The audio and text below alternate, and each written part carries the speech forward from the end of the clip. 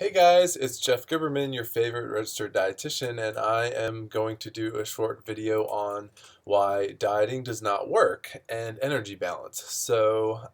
Most of you have probably tried some kind of dieting or restricting your food intake at some point to change the way your body looks.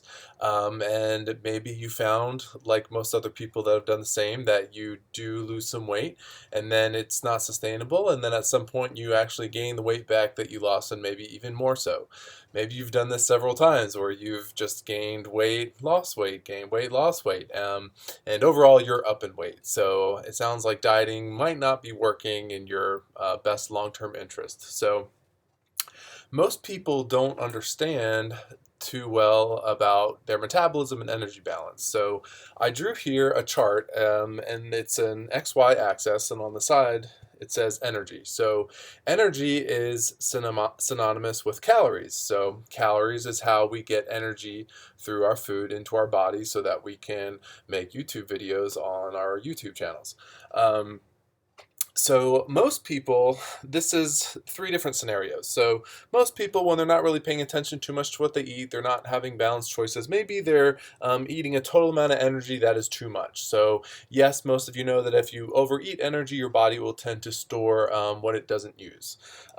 There's another scenario all the way at the end, which is kind of dieting and restricting. So when you go on a diet, you decrease your energy intake, and as a result, your body can tend to lose weight.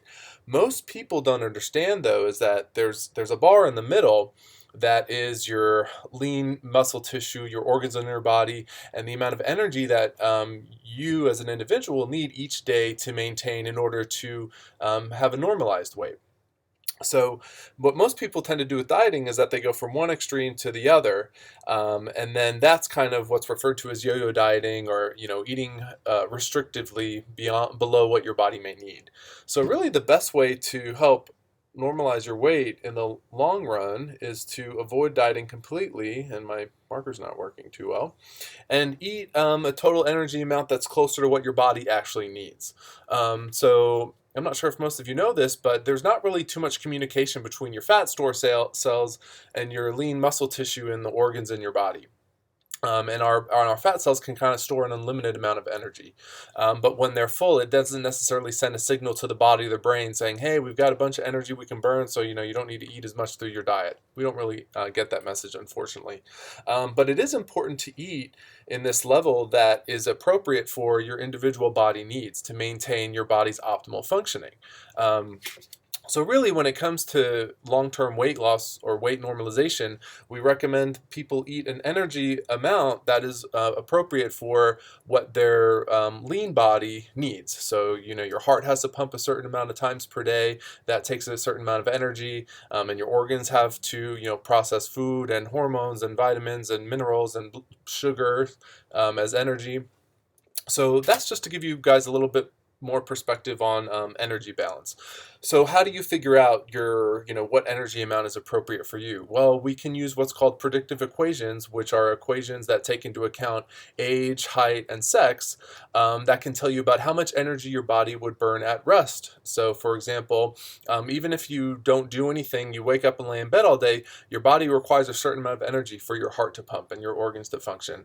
So there's predictive equations where we can calculate that, but then we also need to take into account an activity factor, or the amount of exercise you do in a day, to add energy to that number, because your total energy needs are equal to your total energy expenditure, which also includes getting up, moving around, sitting up at work, standing up during the day, or doing some kind of additional exercise. So you need to either use some kind of activity factor, or there's even some resources where, and we have a sheet where it goes through each individual exercise and what person's weight they are and about how many calories they burn doing that different exercise, because your different body sizes impact how you burn energy. So for example, I'm a big guy, I'm 6'5", so I don't know why I'm still holding this up.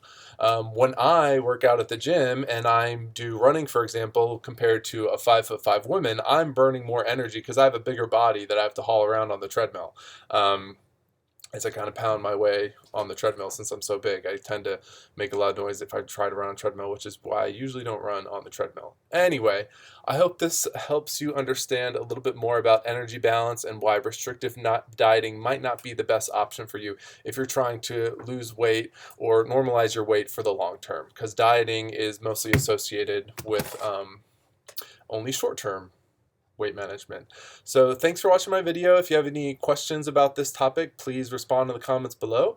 And if you have any other videos you would like to have me do in the future, please also write that in the comments. Take care. Have a good one.